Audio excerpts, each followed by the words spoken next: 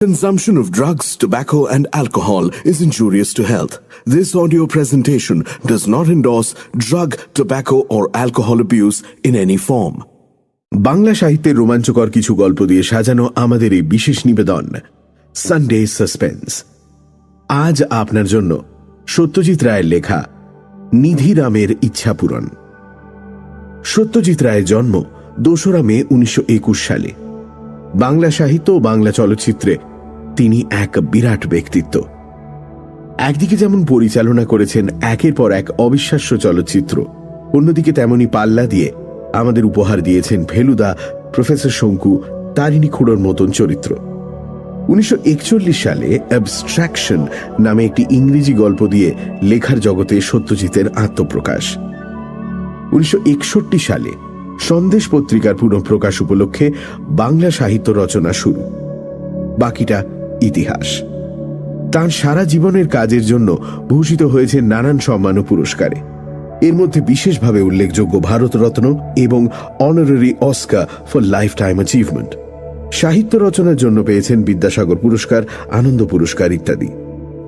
আমাদের আজকের গল্প নিধিরামের ইচ্ছাপূরণ আমরা নিয়েছি আনন্দ পাবলিশার্স থেকে প্রকাশিত সত্যজিৎ রায় গল্প 101 এই বইটি থেকে। গল্পটি প্রথম প্রকাশিত হয় সন্দেশ পত্রিকায় 1985 সালে। প্রধান চরিত্রে নিধিরাম ও মনতোষ। গল্প পাঠে সোমক। গল্পের সূত্রধার ও নিধিরাম মিত্তিরের ভূমিকায় আমি দীপ। শুরু হচ্ছে নিধিরামের ইচ্ছাপূরণ।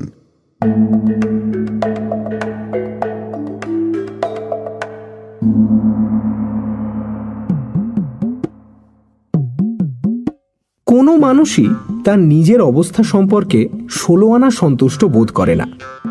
কোনো না কোনো ব্যাপারে একটা খুঁতখুঁতেমির ভাব প্রায় সবার মধ্যেই থাকে। রাম ভাবে তার শরীরে আরো মাংস হলো না কেন, হাড়গুলো বড্ড বেশি বেরিয়ে থাকে। আবার শ্যাম ভাবে আমার কেন গলায় সুর নেই। পাশের বাড়ির ছোকরা তো দিব্যি হারমোনিয়াম বাজিয়ে গলা সাধে। যদু বলে, আহা, যদি খেলোয়াড় হতে পারতাম। গাভাস্কার বেটা কত রেকর্ড করে কি নামটাই না করে নিল। মধু বলে, যদি বোম্বাইয়ের ফিল্মের হিরো হতে পারতাম, যশ আর অর্থ দুইয়েরই কোনো অভাব হতো না। তেমনি নিধিরাম মিত্তিরের মনেও অনেক অপূর্ণ বাসনা আছে। শুধু অপূর্ণ বাসনা নয়, ঈশ্বর তাকে যেভাবে সৃষ্টি করেছেন তাতেও তার আপত্তি। এই যেমন বেশিরভাগ লোকই ফল খেতে ভালোবাসে। আম, জাম, লিচু, আঙুর, আপেল এসব ফলের কত সুনাম। লোকে কত ভালোবেসে সব ফল খায় আর তা থেকে পুষ্টি লাভ করে। নিধিরামের কিন্তু কোনো ফলেই রুচি নেই। বিধাতা তাকে এমন বেয়াড়াভাবে সৃষ্টি করলেন কেন? তারপর নিধিরাম নিজের চেহারা সম্পর্কেও সন্তুষ্ট নয়। দেখতে সে খারাপ নয়, কিন্তু মাথায় খাটো। 1973-এ সে একবার নিজের হাইট মেপেছিল, 5 ফুট 6.5 ইঞ্চি। তার অফিসের লোকনাথ গুঁই 6 ফুট লম্বা। নিধিরাম তার দিকে চেয়ে চেয়ে দেখে আর তার মন ঈর্ষায় ভরে যায়।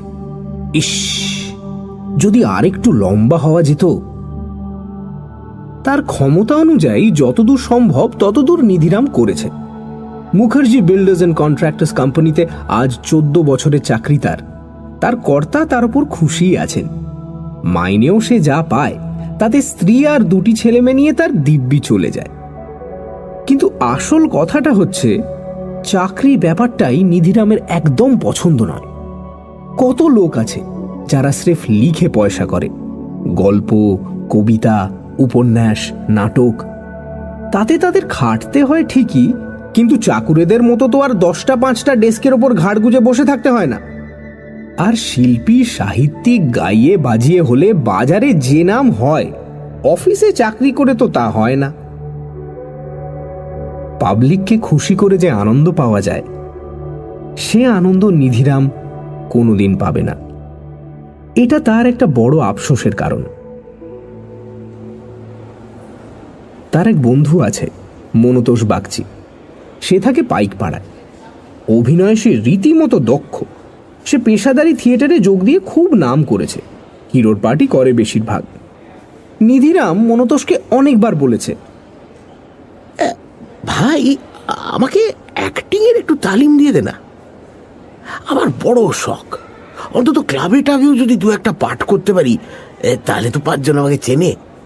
মনতোষ বলেছে, সকলের মধ্যে তো সব গুণ থাকে না। অ্যাক্টিং যে করবি তার গলা কোথায় তোর? লোকে পিছনের সারি থেকে তোর কথা শুনতে না পেলে এমন আওয়াজ দেবে যে অভিনয়ের 12টা বেজে যাবে, বুঝেছিস?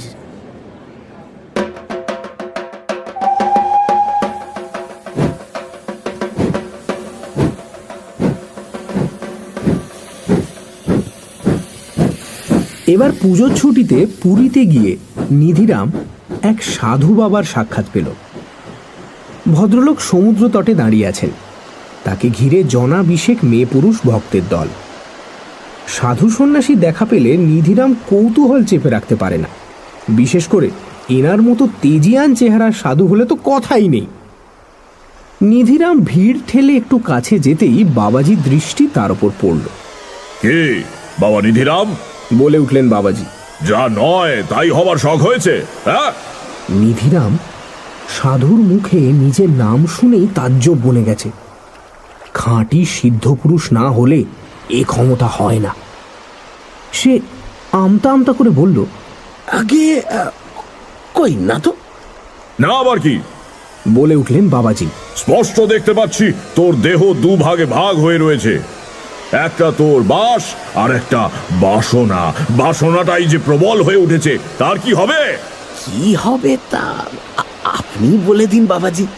আমি মুখ্য সূক্ষ্ম মানুষ, কি হবে তা আমি কি করে বলবো বাবাজি? আপনি বলুন।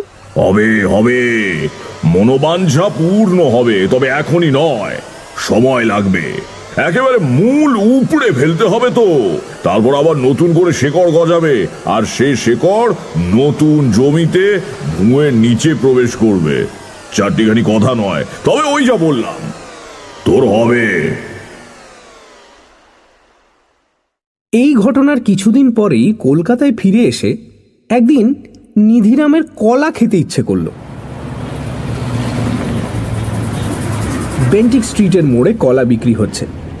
নিধিরাম একটা কিনে খেয়ে দেখল, বাহ, দিব্যি স্বাদ। 39 বছর বয়সেও তাহলে মানুষের রুচি পাল্টায়। এটার সঙ্গে সাধু বাবার কোনো সম্পর্ক আছে কিনা সেটা নিধিরাম খেয়াল করেনি, তবে এই দিয়েই তার পরিবর্তনের সূত্রপাত।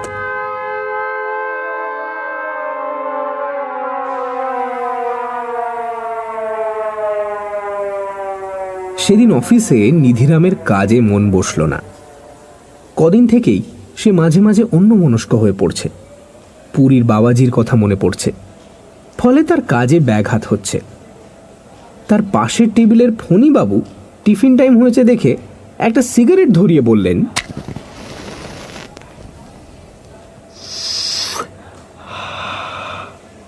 আজ মিত্তির মশাইকে একটু অন্যমনস্ক দেখছি কেন? হ্যাঁ, কিসের এত চিন্তা?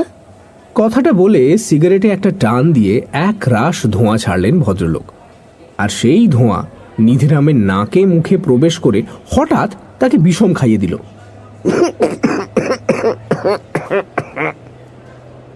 অথচ নিধিরাম নিজেই বিড়ি সিগারেট খায়, ধোঁয়ায় সে সম্পূর্ণ অভ্যস্ত। আজ হঠাৎ তার এমন হলো কেন? তার নিজের পকেটে এক প্যাকেট উইলস রয়েছে। খেয়াল হলো যে 11টার সময় চায়ের পর সে সিগারেট ধরায়নি। এটা নিয়মের একটা বিরাট ব্যতিক্রম। এখানেও তার একটা পরিবর্তন সে লক্ষ্য করল। এই নিয়ে সে ফণীবাবুকে কিছু বলল না। এরপর থেকে নিধিরামের নানা রকম দ্রুত পরিবর্তন হতে লাগলো। সে লুঙ্গি ছেড়ে ধুতি, আমিষ ছেড়ে নিরামিষ, অ্যালোপ্যাথি ছেড়ে হোমিওপ্যাথি ধরল। মাথার টেরি বাঁ দিক থেকে ডান দিকে নিয়ে এলো। তার গোঁপ ছিল না, এখন একটা সরু গোঁপ গজালো। মাথার চুলটা বেড়ে গিয়ে ঘাড় অবধি ঝুলে এলো। এর মধ্যে এক শনিবার নিধিরাম গিন্নিকে নিয়ে মর্যাদা নাটক দেখতে গেল রংমহলে। হিরোর পার্টে ছিল বন্ধু মনতোষ বাগচি। নিধিরাম বুঝল তার বন্ধুর অভিনয়ের ক্ষমতা। দর্শককে সে ধরে রাখে তার হাতের মুঠোয়। দর্শকও বারবার করধ্বনি করে তাদের তারিফ জানিয়ে দেয় নায়ককে।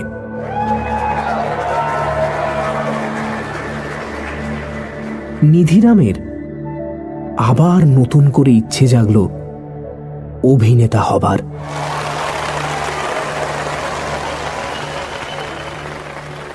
নাটকের শেষে ব্যাকস্টেজে গিয়ে সে বন্ধুর অভিনয়ের প্রশংসা করে এলো মুক্ত কণ্ঠে, আর তার সঙ্গে নিজের আফসোসটা জানিয়ে এলো।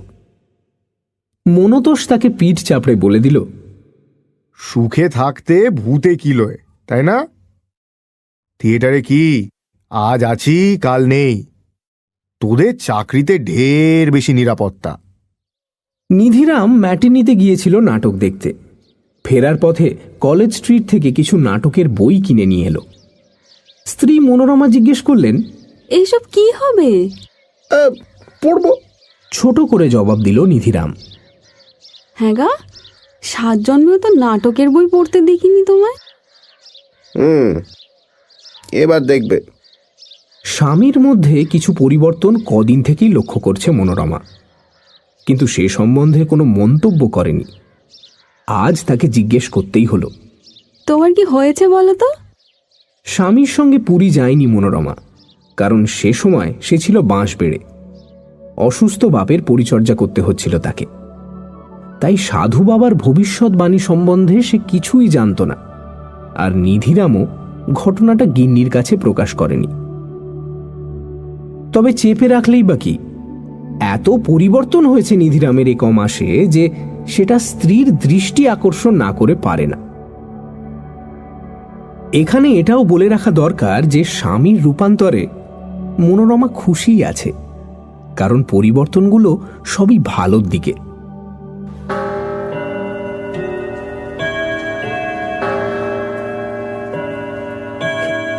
বড়দিনের ছুটিতে নিধিরাম নাটকের বইগুলো পড়ল। একটাতে হিরোর পার্টের বেশ খানিকটা মুখস্থ করে সে স্ত্রীকে অভিনয় করে দেখালো। মনোরমার চোখ কপালে উঠে গেল। স্বামীর মধ্যে যে এমন একটা ক্ষমতা লুকিয়েছিল সেটা সে কল্পনাই করতে পারেনি। 39 বছর বয়সে মানুষ দৈর্ঘ্যে বাড়ে না, বছর 25 থেকেই বাড়া বন্ধ হয়ে যায়।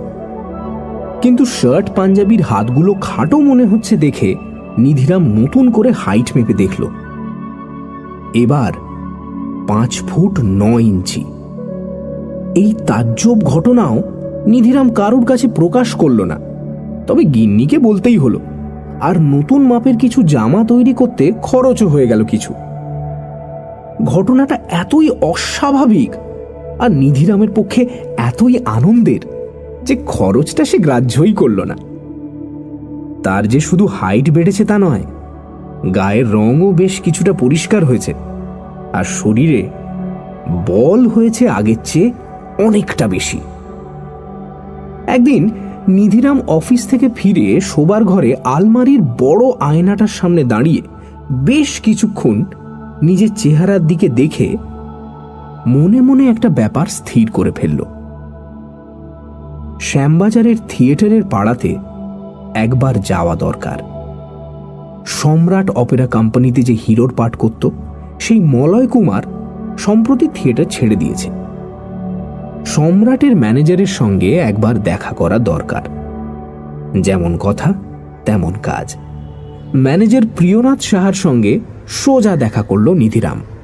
অভিজ্ঞতা কি জিজ্ঞেস করলেন ম্যানেজার মশাই। একেবারেই নেই, অকপটে স্বীকার করল নিধিরাম। তবে অভিনয় করে দেখিয়ে দিতে পারি। আপনাদের প্রতিধ্বনি নাটকে মলয় কুমার যে পাঠটা করেছিল সেটা আমার মুখস্থ আছে। বটে।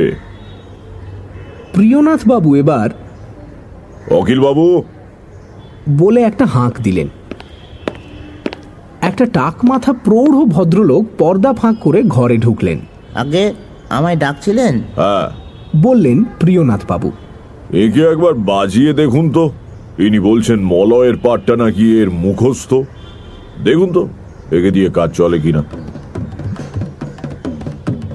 বেশিক্ষণ পরীক্ষা করতে হলো না।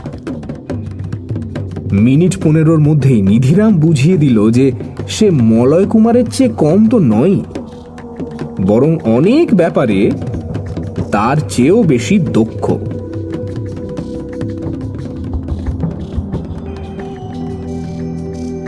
পয়লা জানুয়ারি নিধিরাম চাকরিতে ইস্তফা দিয়ে সম্রাট অপেরায় যোগ দিল। মাইনে শুরুতে 2500, তবে কাজ ভালো হলে আর লোকে তাকে পছন্দ করলে আরো বাড়বে। মুখার্জি কোম্পানি চাকরি যে নিধিরাম কোনোদিন ছাড়বে এটা কেউ ভাবতে পারেনি। নিধিরাম দার্শনিকভাবে তার সহকর্মীদের বলল, মানুষের জীবনে পরিবর্তন তো আসবে, চিরকাল জীবনটা যে একই পথে চলবে এটা ভাবাই ভুল। তবে নাটকে যোগ দিয়েও পুরনো অফিসের সঙ্গে সম্পর্কটা চট করে ছাড়তে পারল না নিধিরাম। এক সোমবার টিফিন টাইমে সেখানে গিয়ে শুনল যে তার জায়গায় নতুন লোক এসেছে।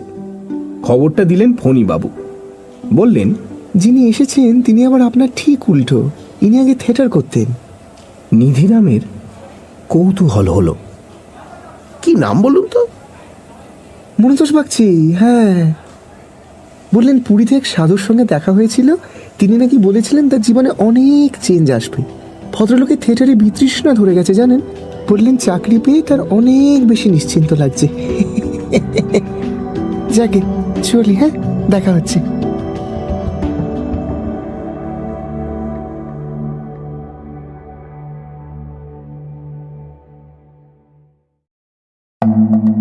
শুনছিলেন নিধিরামের ইচ্ছা পূরণ, রচনা সত্যজিৎ রায়, গল্প পাঠে সোমক, নিধিরাম মিত্তিরের ভূমিকায় দীপ, সাধু ও ম্যানেজার প্রিয়নাথ সাহার চরিত্রে মীর, মনোতোষ বাগচি ও ফণীবাবুর ভূমিকায় অগ্নি, মনোরমার চরিত্রে গোধূলি, অখিলবাবুর ভূমিকায় পুষ্পল। গল্পের সূত্রধার আমি দীপ, শব্দগ্রহণ, আবহ সঙ্গীত ও স্পেশাল এফেক্টসে শুভদীপ, পর্ব পরিচালনায় টিম সানডে সাসপেন্স, সমগ্র পরিকল্পনা ও পরিচালনায় ইন্দ্রাণী। মির্চি 98.3 এর তরফ থেকে আন্তরিক ধন্যবাদ শ্রী সন্দীপ রায়কে এই উদ্যোগে আমাদের পাশে থাকার জন্য। শেষ হলো সত্যজিৎ রায়ের লেখা নিধিরামের ইচ্ছা পূরণ। আগামী সপ্তাহে আরো একটি রোমাঞ্চকর গল্প নিয়ে হাজির হবে সানডে সাসপেন্স।